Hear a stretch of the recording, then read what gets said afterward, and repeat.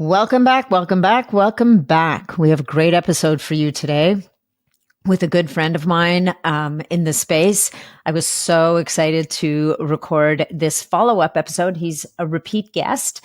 His name is Faraz Khan, and we're going to be talking about gray hair and hair restoration. Now, before we do that, of course, first things first, I need to thank you for being here in the first place. Thank you for listening to this podcast, for all the love that I get from you guys. I really appreciate it. And I would love to invite you to sign up for my newsletter. Just go to natnidham.com.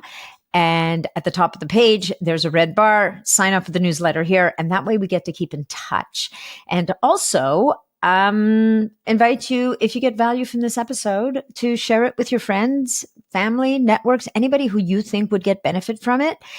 And last but not least, if you're feeling inspired today and really love this episode, make sure that you leave us a review on whatever platform you're listening to this on, because this is how we get seen by more people, we reach more people, and we grow. All right, let's start by thanking our sponsors, talking a little bit about the episode, and then I'm going to let you jump right in. Trying to keep this super quick. Here we go. Now, can you believe we're right smack in the middle of the summer? There's no doubt. And as the temperatures rise, which where I live, they certainly are doing, it is certainly important to take steps to stay energized and focused through the day. And this is why I rely on Berkeley Life's nitric oxide formula to help me power through the dog days of summer. Nitric oxide plays a crucial role in promoting healthy blood flow and oxygen delivery throughout your body, ensuring appropriate distribution of nutrition and hydration, as well as supporting detoxification. When you're properly oxygenated, you get to feel more vibrant, more alert, and ready to take on whatever summer or your day throws your way. So you want to win that battle against that summer lethargy with Berkeley Life. All you got to do is visit berkeleylife.com and use code NIDDBL to get 10% off your first order of nitric oxide formula, plus get free shipping. Keep your energy and vitality flowing all season long with Berkeley Life. All right, let's talk about the episode. Have you ever wondered if it's possible to reverse gray hair without constantly relying on hair dyes? Well, this is a question that many people wonder and are trying to answer. And in this episode of the Longevity Podcast, I chat with Faraz Khan, a leading expert in hair wellness, to discuss this very idea. We dive into graying hair as a natural part of the aging process and the pathways and factors that contribute to premature graying. I really wish I would have met Faraz a long time ago. Now, Faraz and I talk about his new supplement and serum that targets these pathways to help reduce gray hair naturally. We discuss valuable insights into the aging process, the role of genetics, as well as practical tips for maintaining healthy and vibrant hair. Faraz Khan, as you may have noticed from our first episode that we published, I want to say 1 or 2 years ago, is a hair loss and longevity expert who hosts the Anti-Aging Hacks podcast himself. Great podcast. He's a wonderful host. And if you decide that you're going to give one of his formulas a try, make sure to use code NAT15 at fullyvital.com to save on your purchase. Okay. One more sponsor to thank, and this is another one of my faves. If you've been listening to this podcast for a while, you probably already know that your body has its very own built-in repair systems, and we know that we want to leverage these. Now, one of these repair systems are stem cells, nature's tiny repair kits working tirelessly to keep your body running smoothly. The trick is getting them released when you need them the most. And now, with an proprietary herbal formula called Stem Regen, you can support and enhance the power of your own stem cells. And folks, I can tell you that I have seen over and over again how this formula delivers. It's unbelievable. Stem Regen is a proprietary blend of natural ingredients scientifically documented to support stem cell release and migration. How many stem cells, you ask? 10 million. 2 capsules equals 10 million of your own stem cells flowing through their bloodstream looking for a job. Now, by stimulating the release of those stem cells from your bone marrow, Stem Regen helps more of these powerful cells to reach various tissues and organs, transforming into the specific cells needed for repair and rejuvenation. And not only does Stem Regen contribute to tissue repair and optimal health maintenance, but it also, of course, boasts incredible anti-aging effects. Now, as a trusted user of Stem Regen, I can confidently say that this is one of my favorite tools in my longevity toolkit. So if you want to try Stem Regen today, which I encourage you to do, and experience the difference for yourself, All you got to do is go to stemregen.io and use code NAT15 for a very special discount. All right, let's jump into this episode. Hey, folks, just a quick reminder that all of the information presented in this podcast is for information purposes only. No medical advice, no diagnosing, no treatments suggested here. Before you try anything that you hear about or learn about here, make sure that you check with your medical provider. Faraz Khan, welcome back to the show. It is such a joy to have you back. Thank you, Nat, so much for having me back. Yeah, I'm excited for this conversation. I mean, our first conversation was pretty freaking exciting, but that goes back a couple of years ago now, right? Mm-hmm. It's been a while. I first had you on the show, and now you're back. And of course, you're back because you have a new amazing thing to share with the world. So, you know, you are really in our biohacking world, you are one of the leaders in hair when it comes to, you know, non-invasive strategies on having incredible hair. And your claim to fame, your first claim to fame, and I suspect we're now heading for a second one, but your first claim to fame was a formula that really was helpful at helping to restore hair that had been lost for specific reasons. And so I think, you know, before we launch into the amazing newness that you're kind of moving into now, which is a natural evolution of your first product, really.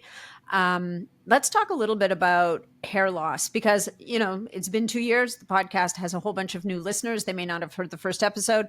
Definitely we'll put the link to the first episode in the show notes, because we'll go deeper in that episode. We're not going to spend as long here, but let's talk about hair loss in men and women, why it happens, and what you found. And now we're 2 years in, so I'm sure you know even more than you did then. Totally. I know a lot more than I did back then.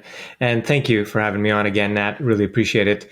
When it comes to hair loss, the number one reason, so let's address men real quick. The number one reason for males to lose hair loss primarily has to do with the hormonal changes, specifically testosterone to DHT conversion, dihydrotestosterone, and the DHT levels increase in your blood, and they travel to your hair follicles, and they start to shrink the hair follicles. And over time, your hair gets thinner and thinner and thinner, and it gets dormant, so it doesn't grow anymore. That's why you see men go completely bald, but this process takes many, many years. For some men that are younger, in their early 20s or late teens, there's a lot of testosterone surging right after puberty. And so that can cause rapid hair thinning and rapid hair loss in men in their early 20s. But when it happens later on in their 30s, 40s, it's more progressive. It has to do a little bit more with aging than just pure hormones alone. And so that's what we see with men. And for men, if they're in their early 20s, then we do recommend our system, but we add on certain things additionally that are not our system because it's so aggressive at that time. And for women, it's more multifactorial, as with other things with women. Hormones seem to be the number one reason for women as well. And primarily, this starts to kick off for women, you know, after 35, after 40, when their estrogen and progesterone levels start to decline. This leads to a relative imbalance with testosterone, not absolute, but relative. And that testosterone then gets converted to DHT and goes to the hair follicles and does the same shrinking action. The good part for women is that they don't completely lose all their hairs. It's more diffuse. Even in those areas of hair thinning, it's still more diffuse. So it's more easy for them to hide the hair thinning areas. But still, it's a pain in the ass. And we talk to so many women month over month that are just devastated by their hair loss. So I completely empathize and sympathize with what they're going through. I've gone through it myself. And so what I've found in all the research with hair loss and hair thinning, you can certainly use pharmaceuticals. I don't prefer to use them. For men that are younger, I recommend using some pharmaceuticals. But, you know, especially for women, most of our customers are women over 40 for our products. Yeah. And they seem to do really well with the system that we've created. So we've got a supplement that handles or balances the internal reasons for hair thinning. We've got a serum that balances your hair loss on the scalp itself, where it's happening. And then we've got a hairbrush that helps improve circulation to the hair follicles, which is very important. And then we've got a derma roller which kind of also helps improve circulation, but helps remodel collagen and elastin, and has been shown in studies to actually regrow hair. So we combine those four together. We're the only company that's doing this. And we'll talk about this in the gray hair section too, but I'm obsessed with pathways. So finding pathways of why something is happening and then addressing those pathways as much as possible. So we believe we're the most comprehensive solution for hair loss and hair thinning by addressing all of the pathways individually in the supplement and serum, but also collectively in the system. Yeah, I love that. So for women, it's interesting on the women's side. Like for men, it seems fairly straightforward, right? Yeah. And some guys, is it that their hair follicles are less sensitive to the DHT, or is it that they have less conversion of testosterone to DHT? And I think that question stands for men and women, but yeah, absolutely. I love this question. It's not just DHT, right? It's not just DHT. Okay. So if we just talk about the hormonal aspect of the testosterone to DHT conversion, which is the number one reason for hair loss in men and women, what happens is sometimes your hair follicles are just more sensitive to normal levels of circulating DHT. So it's not that you have more DHT, it's you are genetically predisposed to be more sensitive to those circulating levels of DHT. And DHT is very aggressive when it comes to attaching to your human hair follicles. It's like 3x more aggressive at attaching and then shrinking the hair follicles than testosterone itself, which is an androgen as well. Right. And so DHT is not the problem, but sometimes, you're just predisposed to it. That's why it's called androgenetic alopecia. There's a genetic aspect to it. And then there's the androgenic alopecia, which is just androgens, which is just the DHT, increased levels of DHT. So both of those can unfortunately trigger hair loss and hair thinning. And for women, this happens in the later years, like 40, 35 and up. For men, it happens when you're 19, aggressively. Yeah. And so that's the big difference. And also for women, like I said, there's not that much DHT, so it's not that aggressive. And natural solutions seem to work way better for women than when men are 19 or 20. Yeah. And also there's a genetic pathway that if for some people is more upregulated than others of that conversion of testosterone to DHT in the first place. Yes, right? Exactly. That's the pathway also has a genetic component. You get all these different factors because, what I was going to say is for women who are going through menopause and often postmenopausal women, they're being told use testosterone to help to rebound. And again, I love the way you put it earlier, that loss of estrogen and progesterone. It's not that it causes an increase in testosterone. It's that you no longer have them opposing testosterone in the same way. Right. But very often in bioidentical hormone replacement therapy protocols, women will be given testosterone to replenish their again, like everything's out of whack. Totally. As part of the cocktail of hormones they're being administered, testosterone will be one of them. But I know, like for myself, I have to be really careful with testosterone because it actually doesn't necessarily cause my hair loss. It actually causes more hair to pop up in places I don't want it. Fair. Well, you're lucky in that it's causing more hair and there's ways to get rid of the excess hair. But I do recommend, I talk to women that are on hormone therapy or considering HRT. And I just say, just go easy on the testosterone. Start slow for the first 3 to 4 months. Let's see how your body reacts. And then if you want more vigor that comes from testosterone, certainly you can go for it. What's also interesting about hair loss is that sometimes there's a trigger. It's not apparent to you that you have any hair loss. You're going about your life, 20s, 30s, 40s, and suddenly something happens. There's an incident, you get sick, you have high cholesterol, and it triggers the hair loss pathway or the process. And then you're like, my God, what happened? I'm 42. It's never happened before. What's going on? And again, for women, it could be multifactorial because there's hormones, there's thyroid imbalances, both high and low. I seem to talk to women that have thyroid issues on the lower side. And so there's less of that. And thyroid is very important for energy production, but also for hair. There's women on the coastal areas that are going vegan. And if you're going vegan, then you're predisposed to having low levels of vitamin, B12, folate, and even iron levels, which are all very important for hair growth. And so that's something we got to consider. And high stress levels. They will cause hair loss. The good part about all the other types of hair loss, other than just the hormonal that we talked about with the DHT pathway, Everything else is reversible. So if you're losing your hair because of a lot of stress, as long as you can calm the stress down, those hairs will, over the next 3 to 6 months, start to grow back, given that you don't have multiple forms of hair loss going on at the same time. So what I mean by that is you do something, or you're 45, let's say, as a woman, and you're starting to see the hormonal imbalances with testosterone, and you're starting to experience female pattern hair thinning, which comes from the DHT. And now you're also very stressed, which is very typical in this world, right? So now you have two things going on at the same time, and you say, okay, it's stressed. I have a lot of work. I've got, kids and a family and parents to take care of. Yes. And you'll start to balance the stress, maybe thinking that's it. But there's also a hormonal balance, or hormonal impact. And what happens is that typically the hairs that would grow back after your stress period is over can't, because the hormones are blocking it from growing back. So it's almost like I said, for women, you have to tackle multiple things, multiple pathways at the same time, which is why we spend so much time on like going after all of these pathways as much as possible to help alleviate or reduce all the chances that may be preventing your hair from growing back. Yeah, that's so great. I mean, it applies to so many things, right? Right. But and aside from, I mean, thyroid's a big one, obviously.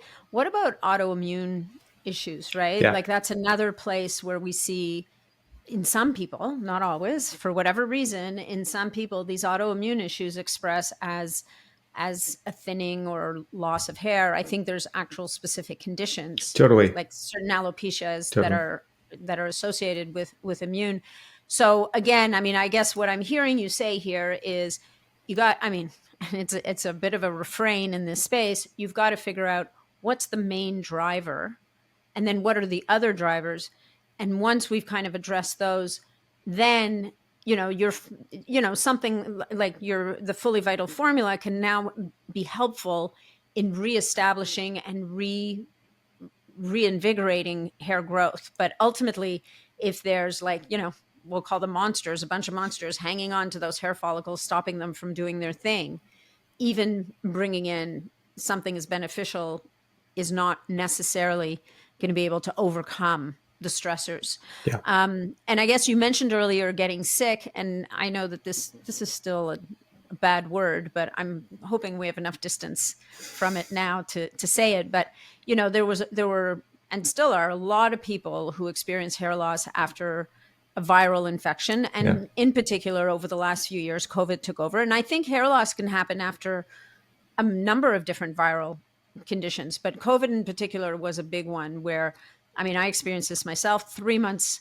after the fact. And it's funny because you've almost forgotten that you had COVID, right? And then 3 months later, I'll never forget, like it was in January, and I remember calling you, and all of a sudden the hair's falling off my head, and I'm going, oh my God, what's going on here? And you're like, yeah, so here's the thing, you're in the telogenic phase, it's 3 months later, and off it goes. But I think that, again, in that situation, your formula was brilliant in the sense that it definitely got things moving faster in the right direction. Yeah, totally. I think you hit the nail on the head.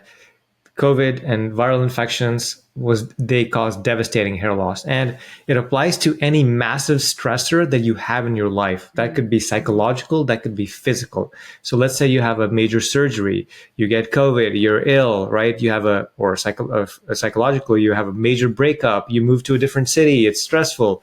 All of those that are very, very major will cause your body to say, oh my God, we're about to die. I need to take all the nutrients that I have available and shuttle them to the core organs so that we can live. And hair takes up a lot of energy, and it's not required for survival. So it just kind of leaves the hair. Yeah.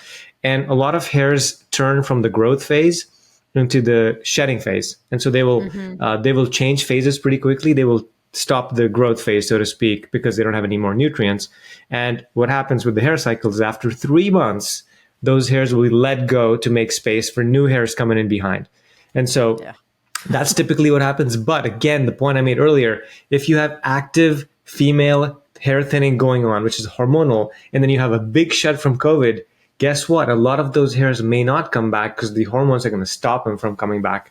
So your best chance after like a major stressor or big shed is you have to throw a lot of things at it so that it overcomes any other factors that you may not even know of that are maybe inhibiting your hair from coming back. I love it. There's another modality that a lot of people talk about for hair. And again, like mitochondria, the energy factories of the cell, super important to everything in the body and definitely get affected by viruses and things like that. We're now starting to understand like long COVID is very much associated with mitochondrial decline and function. And the hair follicles are no different. And a lot of people talk about red light and near infrared light to help with hair loss or maintaining hair health. Yeah, Do you want to talk about that a little bit totally. also? Because I think that's another really nice, maybe addition Yeah.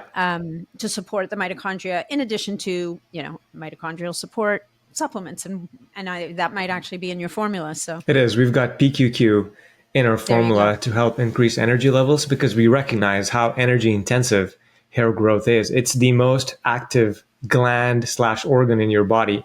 And so, yeah, it's very important. And coming back to the point that you made, it's excellent. The red light therapy, getting that to the hair follicles. I certainly am a fan of red light and near infrared. I use it every single day on my face and my chest. Mm-hmm. I meditate in front of a red light sometimes with my shirt off.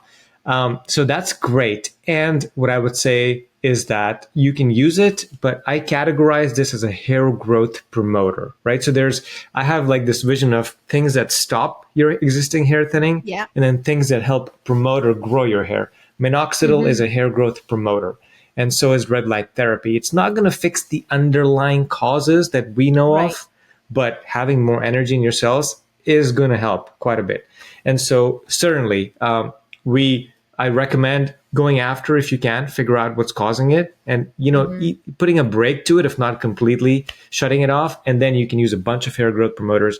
We've got some with our formulas, but certainly red light therapy is something you can add. What I do recommend is there's companies selling helmets for thousands of dollars or two, three, four, five, and that is preposterous. If you need to get it, like get it for a few $100s, because guess what Mm-hmm. happens? I've talked to too many people, myself included. After a few months of using a red light cap or device, it's going to go sit in your closet somewhere and you're not going to see it for a long time. It's going to gather dust. That's just how we are as humans. That's the condition. Unless you're this type A biohacker that's going to just use it for a long time, go for it. But I would say try to spend as little money on it as possible.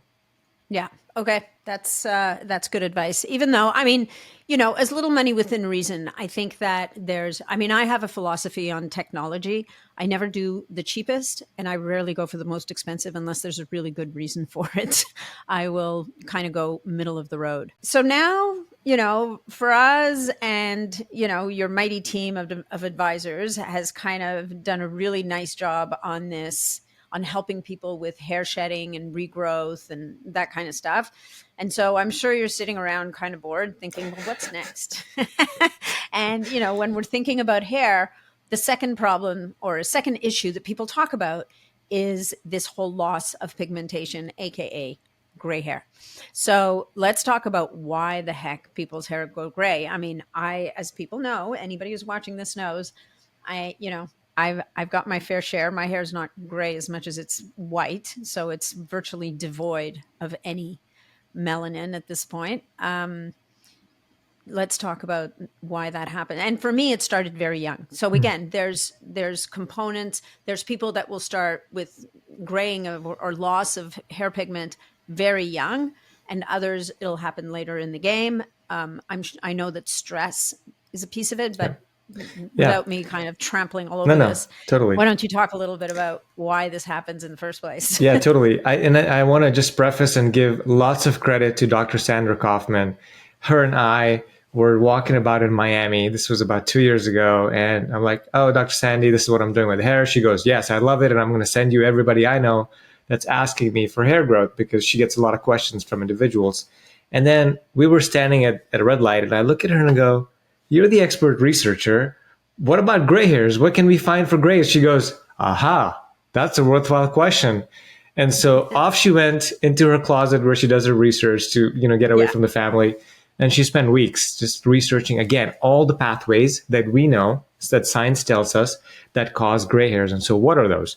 The first reason and the most important one is an increased in hydrogen peroxide in your cells. And that you love the mitochondria, I love the mitochondria. They're very good for creating energy for us, but as a byproduct of the energy creation process, there's something called free radicals that are produced. These free radicals, in fact, attack the mitochondria that they're part of, but also can attack the cell by extension. And so it's very important to get rid of them. Now, luckily, the body has a whole mechanism of getting rid of them. It's called superoxide dismutases. There's multiple of them, up to 7 SODs, that help get rid of the free radicals and then convert them into this thing called hydrogen peroxide, which is also harmful, but way less harmful than the free radicals.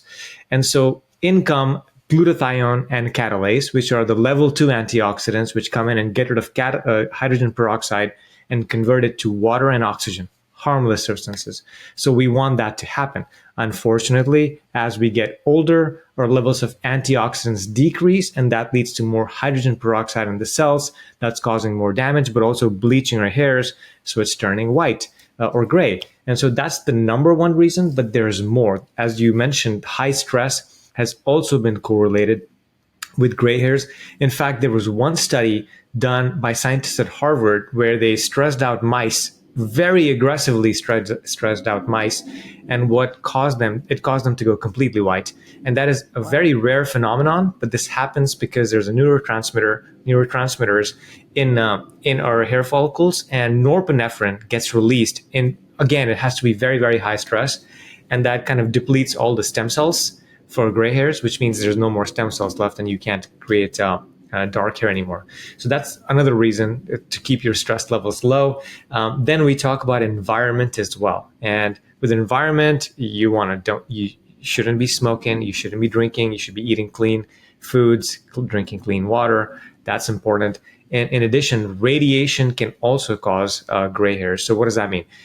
When I see young folks sitting out in the sun for 6 hours on Saturday and Sunday, I go, "Oh my God, what are you doing?" Now, hindsight's 2020. I would never do that. 20, 30 minutes, sure, go for it. But for hours, it's very bad because the UVA and UVB rays in the sunlight will actually break apart your DNA and cause a lot of free radicals, which leads to more hydrogen peroxide. But also, we have to now worry about the DNA splits and healing the DNA and protecting the cell from dying, because when the DNA breaks, the cell is smart enough to say, I'm just going to kill myself because now I can't come back from this. But there are elements, substances that we can use to help repair DNA breaks so the cell doesn't die and you get more of that cell for longer. Interestingly, homocysteine levels, or having too high of the amino acid homocysteine, also leads to more gray hairs, and we can talk about how to reduce that later on. And then lastly, a couple of other things is that I talked about the stem cells being injured by the radiation. So as much as possible, protecting the stem cells. There's a niche of stem cells called the melanocyte stem cells that are different from the hair growth stem cells. So we want to protect them as much as possible because they create the melanocytes, which then ultimately produce your pigment. So those are some of the main pathways. And then finally, the last one is the enzymes themselves that produce the color start to reduce in their function over time. And so less of that function means there's just less pigment being created. That's interesting. And so for people, I'm listening to you, I'm going, oh, so all those years of lifeguarding, maybe. Well, yeah, definitely. Maybe didn't work for me in many different ways. I mean, you see it in your skin later in life, but definitely I didn't realize that it might play a role. But I would say also, like, there's a genetic component to gray hair as well, right? Yes. Because I know that in my family, on my mom's side, which is where I clearly pull from, people go gray fairly, or some people, not all of her sisters went the same way. But my grandmother had a beautiful head of white hair later on in life. But people tend to lose that pigmentation in their hair pretty early in the game. Like, I think by the time I was in my late 20s, I was starting to see not as dramatic as some people. Like, we've all seen people in their 20s like that are salt and pepper, but they're pretty rare. Yeah. But by my late 20s, I was starting to see white hair come up, and it accelerated really dramatically through my 30s. You know what's interesting is there's ages typically that are measured by scientists and researchers for when different races go gray. So Caucasians tend to go gray typically mid 30s. So around 35 is when you start to see some gray hairs. Asians seem to go gray at late 30s, and then Black or African folks to go gray in their early 40s. And they think it's because of the levels of melanin already present in Yeah. your skin. So that kind of makes sense. But what's interesting is that up to 30% of the population has what's called as premature hair graying, which means you'll go gray way earlier than you should, which is what happened to you. And there's multiple causes for it. The first one is that your parents had it. And so there's definitely a genetic component. If your parents went gray early, then you're very likely to go gray early. But there's also other interesting aspects to this, meaning if you have chronic disease that you're battling, you will go gray earlier than normal. If you're smoking too much or drinking, you will go gray earlier. If you have high levels of stress, you'll go gray earlier. And surprisingly, if you're taller than average, you will go gray earlier. And if you have, Interesting. yeah, and if you have higher educational degrees like a master's or PhD, you will go gray earlier than other folks. So it's very interesting. We don't understand completely why, but up to 30% of the population goes prematurely gray. Well, and the other thing that you said earlier, that glutathione is implicated. I know, again, from digging into my genetics, that my pathways for making glutathione are downregulated. Like they're not as optimized as you might want to see them. So knowing this now, I can support glutathione in a variety of different ways. But back in the day, no clue, no attention, no, just not on the radar. So, it's an interesting thing when you think about all these different pathways. We can look at a genetic report for someone. It doesn't give us all the answers. It gives us some clues. But if people were to run their genetics earlier in the game, I wonder if it would help them if they supported certain pathways, if it might help to offset some of these things. That's a really good question that you raise. And what I would love to see is for some scientists to like come up with, okay, here's the pathways for gray. Here's the genes implicated in gray that we already know from 23andMe or some other test. Let's match them together and give me a dashboard of here's your likelihood of losing your hair. Here's your likelihood of going gray faster. Here's your likelihood of obesity or whatever. And then you come up, or Alzheimer's, and then you say, okay, I got to go after all this. How? Tell me, do this, do this, do this. That'll be very personalized and very interesting. I think we're not there yet, but we're not far off either. Yeah, I think for things like obesity and Alzheimer's, we're definitely, there is information. The thing is that I think the thing to remember about genetics, and you know this as well as anybody, is we don't have the full picture. Right. We have some of the picture. So certainly, having delved into nutrition genetics with some of my clients and detoxification genetics and stuff like that, we get pieces of the puzzle. So I think with Alzheimer's and obesity, like I just recently did a reading with a client of mine who's Mediterranean background, but he'd been reading and hearing all about this carnivore stuff and high fat and this and that. And he'd been going that way because, there's very compelling evidence or very compelling stories out there of people who follow that kind of lifestyle and have really great results. And so it turns out in his case that he has certain genes that indicate that maybe saturated fat's not so great in his world, and that, eating too much meat. Anyway, he had a whole bunch of different things. Yeah. So as a result, he ended up switching over to a more Mediterranean style diet, no grains, but more fish, lots of veggies, less saturated fat. And 3 weeks later, I see him and he goes, you know what? It's like, I just feel better. And he's leaner without no dieting, nothing. Yeah. So, and it doesn't always happen this way, but I do think for you, like maybe your next evolution is going to be, let's look at those genes that we know of. Yeah. And what if we could support that for people? Would it make a difference? Yeah, I love that. That's a great idea. Could be really interesting. Anyway, so let's get back to where you're at on this graying of hair. So now we know there's lots of reasons why people will go gray. We've all heard anecdotally, I don't know if we've ever seen the stories of a person who has a crazy emotional shock and develops, like it seems almost overnight. And I can't imagine it would be overnight because you can't strip the melanin from a full strand of hair. Yeah. It's going to come in that way. But they go gray from the shock. Or also the other thing I think is cancer treatment, which is incredibly stressful on the body, depletes energy, destroys mitochondria, the whole 9 yards. Those people very often will have their hair grow back after they've lost it with a depletion of melanin as well, right? Yeah, yeah. So There is one story that's very famous in historical circles. This is the last queen of France, Marie Antoinette, and she was executed in the French Revolution, and she was only 38 years old. So yes, she was Caucasian, 38. She would have some grays naturally, but not full head of hair gray. And there are some stories that say, leading up, she was in prison for a few days before they executed her. But leading up to the execution, she turned gray overnight, which again, to your point, is impossible for a strand of hair because it's dead. You can't inject. You can't go up the strand. Extract. Yeah. I mean, yeah, you can't. But what can happen is that you can rapidly deplete your melanocyte stem cells, which means that you could have a lot of grays coming in, not all, but a lot of grays coming in from then onwards, right? But it's still going to take a little bit of time. So thankfully, we don't see that. But to your point, there's autoimmune conditions, chronic conditions where this can happen relatively quickly. Yeah. Okay. All right. So never present Faraz with a problem that he's not going to come up with a solution with, at least, and especially not when he's got Dr. Kaufman on his team. That's true. I recorded a podcast with her not that long ago, actually. Yeah, she's wonderful. She's a trip and a half. She's amazing. And beyond being a trip and a half, she's like psychotically smart. Yeah. And as you said, locks herself in her closet, literally people, like she just needs to isolate herself from the world. And that's what she's found. Yeah. So what did the two of you dream up as a concoction here? Totally. So we went after all the pathways that I mentioned to you earlier, right? Because we want to address every possible thing that we can come up with, which is responsible for hair graying. I also want to preface that hair graying is an extension of your aging process.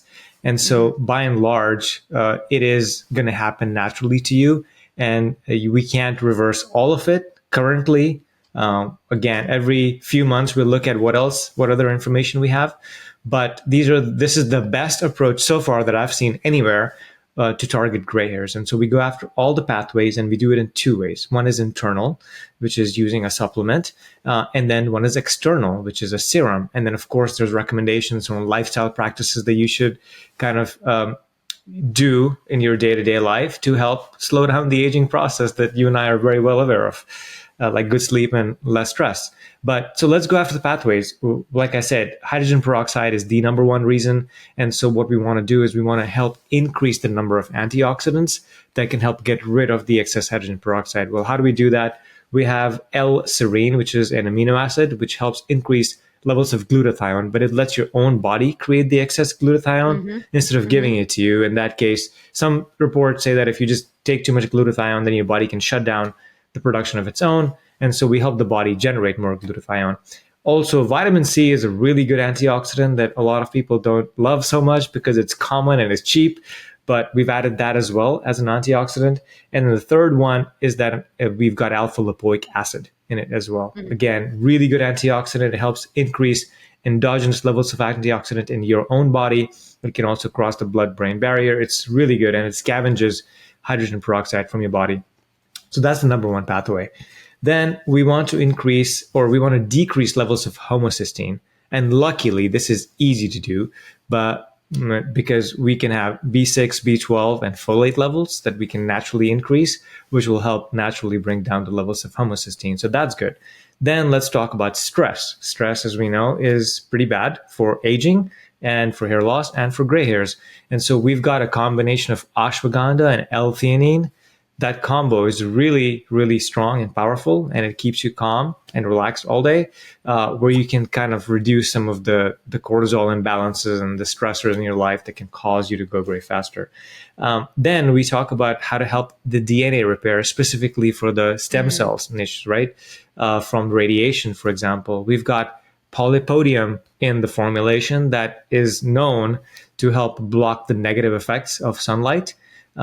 And so that's something that can help, and also increases levels of enzyme that can help, with the DNA repair. So that's the combination there for DNA. And then there are some enzymes that are important for upregulating the levels of pigments, like tyrosinase and others. So we've got certain ingredients like naringenin, and then we've got photai as well, which is very popular in Eastern Chinese medicine, that can help increase those levels of the enzymes as well. And then again, a couple of last things. We help balance inflammation a little bit with curcumin. And then also there are some B vitamins that have been implicated in scientific studies, and also copper, that can help reduce the levels of grays. And then finally, spermidine, we added at the last minute. Yeah. Like, what about spermidine? Yeah, totally. Because I was talking to you and I was talking to other folks that were talking about spermidine that, some folks are having good results with. So for that reason, we added spermidine as well into the formulation to make it really the best formulation that's ever been created, by going after all of the pathways. And the serum has certain ingredients that are different from the supplement. And sometimes we have both in both of those formulations. Yeah, I love that. Well, it's funny. I was going to ask about the spermidine because spermidine it hits so many of the hallmarks of aging at a cellular level. Yeah. One of them being DNA repair. Mm-hmm. And that's just one. Right. But it seemed to be an obvious choice. I'm curious, are you using it topically at all? No, I looked up spermidine topically, by the way, and you have to be very, very careful because if you have more than a certain concentration, it's causing cysts in your hair follicles. And so, Really? Yeah, so I backed away. We were very close to adding it. And I said, you know what, we need a lot more research before we willy-nilly add it. And for some reason, we're actually causing scarring, alopecia, or more hair loss. God forbid, right? Because we don't want to be there because we'll get sued and well, not only that, you'll have gone completely the opposite direction. Yeah, exactly. Exactly. Like losing more hair and having cysts. So we didn't do that, but we do have that in the supplement. Also, the point you made about anti-aging, we've also got calcium alpha ketoglutarate, which is also very well known, and to help with a lot of the hallmarks of aging. So we've got that in the supplement as well.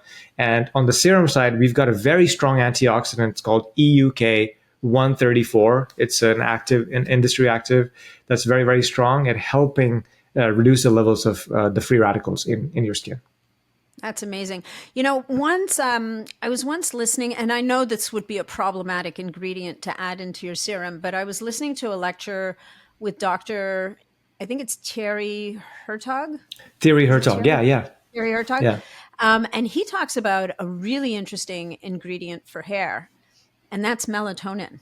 Okay, yeah. Now, the challenge with melatonin, of course, is for a lot of us, me included, it will put you to sleep. Yeah. Even applied topically. Like I have a face cream that I use that has melatonin in it. And he talks about when he kind of, he came across this pathway, whatever it was, and he used melatonin and he just had a bunch of powder. He mixed it with something and he rubbed it into his scalp. He's like, I didn't wake up for 2 days. Like I was asleep for 2 days. couldn't wake myself up. Right. But have you looked at melatonin? Because melatonin's really interesting. It's a very powerful antioxidant. It's, we think of it always for sleep. And as it turns out, it's really good for sleep for most people. But it has lots of other satellite effects, if you will. Yeah. I'm a huge fan. I love melatonin, topical melatonin myself. It's actually been in our hair growth serum since the beginning. So we have it in the hair growth serum because there's multiple scientific studies that have found, especially for women, helping the hair loss, helping reduce the number of hairs in the hair pull test, but also increasing the number of hairs on the scalp over a 3 to 6 month period. So we have had melatonin since the beginning. I'm a huge fan. We might also add it to the gray serum. We had enough of the antioxidants in the gray that I didn't want to double it, but we'll see. Yeah. We'll see. Yeah. And actually, no, that makes total sense. And I lost my place. I should have brought up the melatonin in the first part of the podcast. Good. Yeah. We were talking about hair. Yeah. But because it's an antioxidant, I was curious to see if it might come into play here. So tell me stories. Do we have stories? Yeah. So I'll tell you my own story. What's been happening is that the reason I asked Dr. Sandra Kaufman that is I was going gray and I'm like, man, I don't like this. I'm starting to see some grays on my beard, on my sides, especially men and women too. They go grays on the sides first the temples before in the front and top. And so part of it was selfish, of course, but also it goes very well, like you said, with our other line. And so we got this created. We've been out for 3 months now, so it's not been too long. Just right around the New Year's is when we launched the products. And so for myself, I'll tell my story first. So I've been applying it to my beard and also to my hair, and I do see less grays in my hair, but it's most obvious in your beard because, like, every day when you look in the mirror, you look at your face more than your hair, right? You look at the hair to make sure there's density, but you're not like, I see 10 less grays. I don't know how many grays I have. I see less, but it's not obvious to me.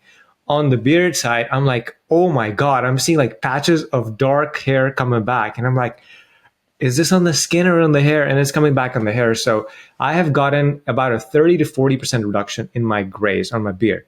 Now, I will preface, or not preface, but I will say. Now, are you applying it? Are you applying the serum to your beard as well? Yeah, I'm applying it. Yeah, I'm applying it topically. So here's a serum bottle. Yeah, and beautiful. It's. I'm really proud of this design. Yeah. And so you apply it. You just pull it out. It's and you apply it topically. There's not enough in it, but you just apply it, and you just rub it into your skin and on your scalp as well. So it's really easy, and it dries off after an hour or so. So it's not sticky or anything. But so you apply it. I would apply it once every evening, and then some days I was applying it twice a day as well, in the morning and evening. It's part of my routine. But I would see like blotches of black or darker hair coming back in, like really dark, and I was going, "Isn't that something? Wow!" Mm-hmm. And so a lot of my friends that are men that are just starting to get grays early on, they're trying it and they're seeing results as well. They're like, "Whoa, I see less grays." And so I think it's most obvious on your face, but I'm using it on the sides of my scalp, on my temples, so it's reducing the grays there. Like I said, there's a few of my friends that are trying it and that are having results with their beard. I guess it's most obvious to see in the beard, is what I would say. So I'm proud of it, and I also want to say that I thought it would get rid of all my grays, which it's not doing, and that's just the reality of gray hairs.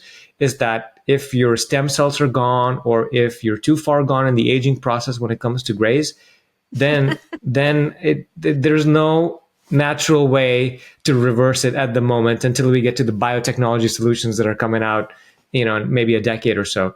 So this is our best effort at creating something anti-gray. It will, I think, based on all the data I've seen and the people I've spoken to, it will reduce 30 to 40% of your grays, but it won't go all the way. Also, it will be more effective if you are on the early side of going grays, as opposed to I have more than half my hair gray, right? So I just want to provide all that caveat, and I want to say that it will delay your existing hairs from turning gray. So the best time to apply it is when you're not gray. The second best time to apply it is when you have a few grays, or like less than 20% grays. And then if you just want to hold what you have, then you can apply it at any point. But I just want to reset expectations. Perfect. And you're not using a derma roller with this, right? No. You're not microneedling with this one. You're just applying it topically. Yeah. Now, derma roller has been shown to really be helpful for your scalp, and for some people, for your beard too, if you want more hairs on your beard. So it's not something I would shy away from, because it will improve your hair quality as well. Right. But you don't need to. Now, the derma rollers that we have for the hair growth are usually 1 millimeter, which is the perfect depth for hair growth. If you do want to drive better penetration of the serum into your hair follicle, you could use something like a 0.3 or 0.5 millimeter derma roller, because that's just very surface level. All it will do is open up some channels for you to get deeper into that. And now that you bring it up, I might, for the hairs that haven't gone back to black, I might use a 0.5 millimeter derma roller to get better penetration and see what happens next. Yeah, that's a great idea. I use a stamp, like a microneedling stamp, on my face, just for anti-aging, just to deliver that GHK copper a little bit deeper, like a little bit past that first barrier of the skin. Totally. I love it. I love it. I use the stamp. I have many stamp. I have like so many derma roller devices. I can't even tell you. I can imagine you have them all. Yeah. But I tend to, I'm lazy, and for that reason, I use the derma roller more than the stamp, because I know the stamp takes time. Yeah, it's going to take me a good 30 minutes, and the derma roller, maybe 10. So, but it's a better angle overall. I think so. I think for face, it's more, and particularly for, I mean, men have thicker skin. Yeah. You know, I actually interviewed recently a facial restoration guy. And when I asked him about, and I don't even know that I asked him on the podcast. I think I asked him before or after the podcast about, does he do procedures on men? And he smiled and he said, yes. And then I asked him if it was different. He goes, it's a completely different universe because the men's skin is completely different than women. And so it almost requires a different skill set. Wow. When they're working on man's face versus a woman's face. So, and one of the things he warned against was the rollers for women on their face, because there is a bit of tearing that can happen. Yeah, totally. And so he was saying that the stamps are definitely a bit, you know, they're give the right amount of trauma without inadvertently causing too much. And they're the right angle. They're going in perpendicular. Exactly. Like it's always the same angle. Whereas with the roller, you always have right. You have to, because it's rolling. No, that's a very good point. I will say one other tip that is not related to hair that I found when I went to get a facial, which I don't typically do, but my sisters were like, come on, just do it. So I went to get a facial and I'm sitting there and I'm talking to two estheticians, you know, they're both women, and we're just joking around, having a good time. And they say, you know what, men never age, you know, like their beard down or like their eyes down. I go, that makes no sense at all. What do you mean? She goes, men never age down there. They'll age up here on the forehead, but not under or the beard area. And I'm like, why? And she goes, because they're shaving. And I go, huh? Exfoliation. So shaving or exfoliation of that kind will reduce your aging. And so like once in a while, I'll just shave my forehead. Don't tell anybody, right? Because I'm like, okay, more exfoliation. I don't want to age. There we go. So you could do the microplaning thing. I don't even know what that means, but I'm interested. So microplane. So this is a way that women get rid of facial hair, right? Because you have that very fine fuzz, facial hair, and some people have more than others. But regardless, and now of course people are obsessed with having no hair, and it's better for you applying your anti-aging products or whatever. And so I think it's microdermal planing, some combination of those three words. Yeah. And I mean, it's literally like shaving, just a different type of blade. So I will Google those three words after a call and but just buy one because I'm very interested. Well, I can send you a link. Okay, I bought one recently. Yeah, please send me a link. Yeah. Yeah. Okay. So you talk about men. Do you have any stories from women yet? Or is that, I mean, you mentioned you only launched it at the beginning of the year. So we heard back from 3 women and we're in the process of getting some testimonials from them. They've seen less grays and they're saying they're delaying going to their stylist for coloring. They've delayed it by a few weeks, which I don't know how important that is, but instead of going, they said they would go every 6 weeks. Now they're going at 8 to 10 weeks mark. So they've seen a reduction. Yeah. For us, that's huge. As someone who, you know, is way past the point where I think your product can be much use to me. If, you know, I'm in there every 3 to 4 weeks. Wow. And also because I'm so dark. Right. Yeah. So you've got the contrast, there's a whole, but if you can put it off by 2 to 3 weeks, think about it. First of all, it's less exposure to toxins of the, you know, and even though I use like an organic color and the whole 9 yards, there's still, the dark colors are definitely the worst. Yeah.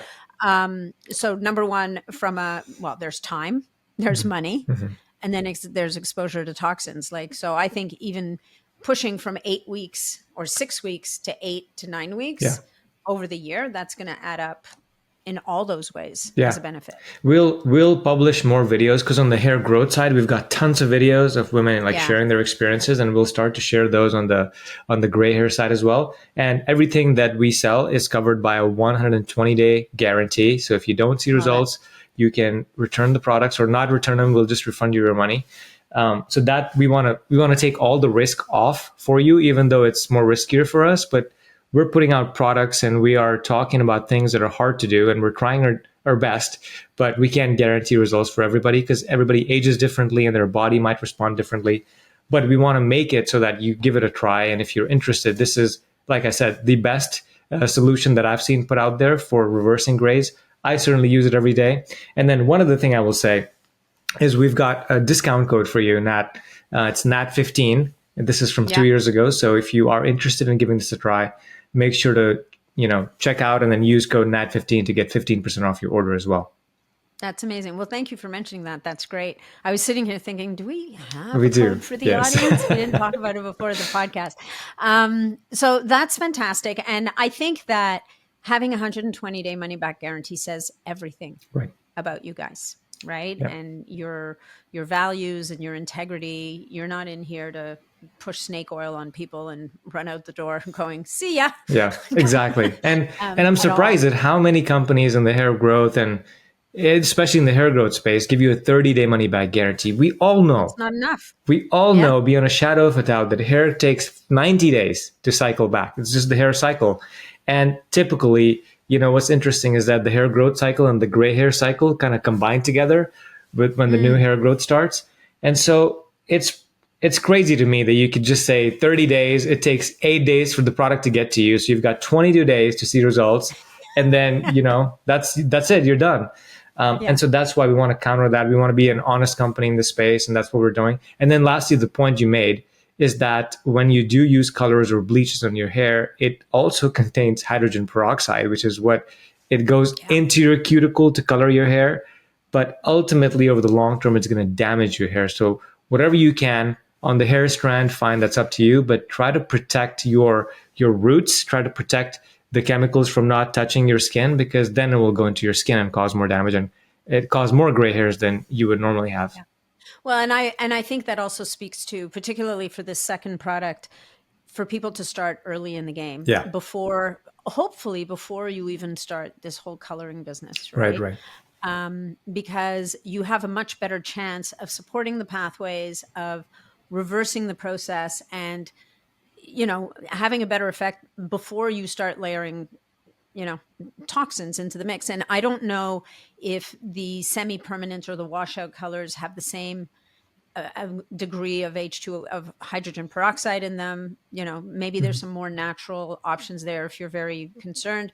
But I think that the earlier, when you first see those grays, the earlier you can start, the better results you're likely to have. Yeah, exactly. And again, because you're just not adding toxins to the mix. So it's going to be, and it's, which speaks to everything you've said on both sides of this conversation, which is make sure that you're also addressing the foundation, right? And I think we in the interview I did with you on the other side, we all sound like kind of broken records, but it is absolutely true that if we don't address nutrition and sleep and managing, like, we're going to have stress. I mean, let's face it, the world is a stressful place. It's how you're going to manage your stress that's really going to kind of delineate you from the person that's not managing their stress. And exercise and movement and getting out in nature and all the things, all of these things are going to lay the groundwork for you then to start to optimize above the line. 100%. I couldn't agree more. Like, if you're sleeping 4 hours a night and you expect our products to work, they're not really. Yeah. You gotta get the base level in place, and then they can really do wonders for some folks, but that's just how it is. Like, your body has to be healthy to start with. And that's what you and I preach. And I think our audiences are well aware and very tuned to the basics that they need to do, or that they can try doing. 100%. So I think we're gonna let it go here. I guess before I do, there's just two questions that came up when you were talking earlier. Sure. You mentioned lowering homocysteine with B6, B9, and B12. What if someone's homocysteine levels are already good? Okay, then it's not going to lower them anymore. Thumb up. I hate that thing. Doesn't do it for me. Yeah, then it doesn't do it. But we also know that B levels of vitamin Bs are important for lots of things, including methylation pathways, and so it's not bad to have more, but certainly won't affect. And then the last one was copper. You mentioned adding copper to the mix. Do you worry about zinc at all, or do you just? Yeah. We always balance copper and zinc together. So both on the hair growth side as well as on this side, because it's important to have both of those levels, because otherwise you could have copper toxicity or zinc toxicity on the other hand. So we tend to use, there's other formulators out there that have lots of copper in their formulations, and we don't agree with that because, again, copper toxicity is real. I've had it in the past myself when I was taking a mineral supplement without zinc.